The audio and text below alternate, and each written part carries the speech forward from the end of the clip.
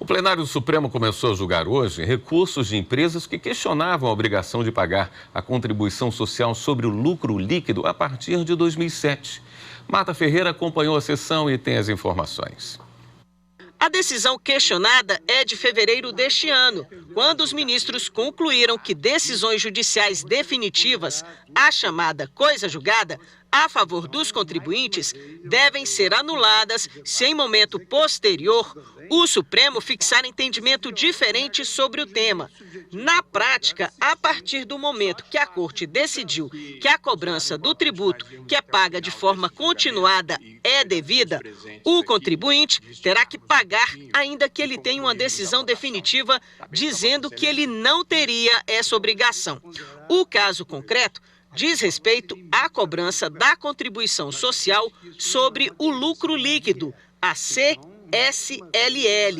Em 2007, o STF validou o tributo e todos os contribuintes devem pagá-lo. Para esclarecer alguns pontos dessa decisão de fevereiro, empresas e entidades, entre elas o Conselho Federal da OAB e a Federação das Indústrias de São Paulo, entraram com recursos no Supremo.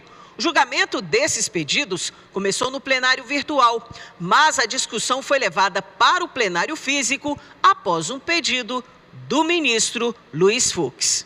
Na sessão desta tarde, Fux se manifestou no sentido de que a produção de efeitos da decisão questionada seja a partir da publicação da ata do julgamento de fevereiro de 2023. É com relação a esse aspecto, senhor presidente, que eu procurei resumir, mas acho que procurei ser didático o suficiente para me colocar contrário à possibilidade de uma declaração de inconstitucionalidade sem propositura de nenhuma ação modificar a coisa julgada, porque isso tem efeitos sistêmicos em relação a várias questões que já foram julgadas, todas as questões, todas as matérias que já transitaram julgado ficam sujeitas a essa eventual infirmação da coisa julgada pela declaração ulterior, indefinidamente, à declaração de inconstitucionalidade. Já o ministro Luiz Roberto Barroso, relator de um dos recursos, manteve a posição apresentada no plenário virtual,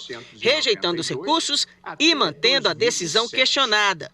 A partir de 2007, quando se entendeu que todos os contribuintes teriam que pagar esse tributo, a subsistência da coisa julgada em favor de quem obteve a decisão de 1992 geraria uma posição concorrencial injusta e de desvantagem para todos os demais.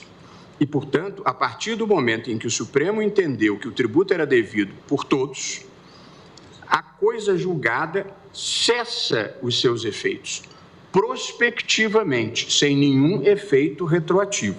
O ministro André Mendonça apresentou um voto diferente dos outros dois. Para ele, as multas devidas em razão do não pagamento do tributo não devem ser cobradas pela União por força do princípio da boa-fé.